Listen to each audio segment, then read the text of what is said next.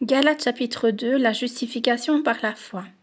14 ans après, je montai de nouveau à Jérusalem avec Barnabas, ayant aussi pris Tite avec moi. Et ce fut d'après une révélation que j'y montai. Je leur exposai l'évangile que je prêche parmi les païens. Je l'exposai en particulier à ceux qui sont les plus considérés, afin de ne pas courir ou avoir couru en vain. Mais Tite, qui était avec moi et qui était grec, ne fut pas même contraint de se faire circoncire, et cela à cause des faux frères qui s'étaient furtivement introduits et glissés parmi nous, pour épier la liberté que nous avons en Jésus-Christ, avec l'intention de nous asservir. Nous ne leur cédâmes pas un instant, et nous résistâmes à leur exigence, afin que la vérité de l'Évangile fût maintenue parmi vous. Ceux qui sont les plus considérés, quels qu'ils aient été jadis, cela ne m'importe pas, Dieu ne fait point exception de personne. Ceux qui sont les plus considérés ne m'imposaient rien. Au contraire, voyant que l'Évangile m'avait été confié pour les incirconcis, comme à Pierre pour les circoncis, car celui qui a fait de Pierre l'apôtre des circoncis a aussi fait de moi l'apôtre des païens.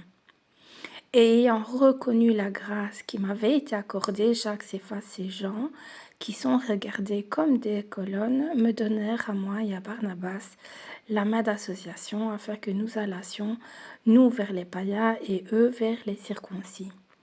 Ils nous recommandèrent seulement de nous souvenir des pauvres, ce que j'ai bien eu soin de faire.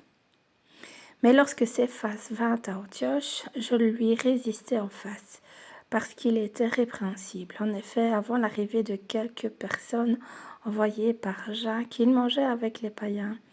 Et quand elles furent venues, il s'esquiva et se tint à l'écart par crainte des circoncis. Avec lui, les autres Juifs usèrent aussi de dissimulation, en sorte que Barnabas même fut entraîné par leur hypocrisie.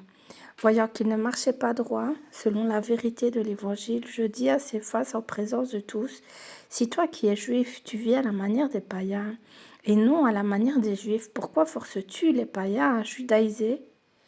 Nous sommes juifs de naissance et non pécheurs d'entre les païens.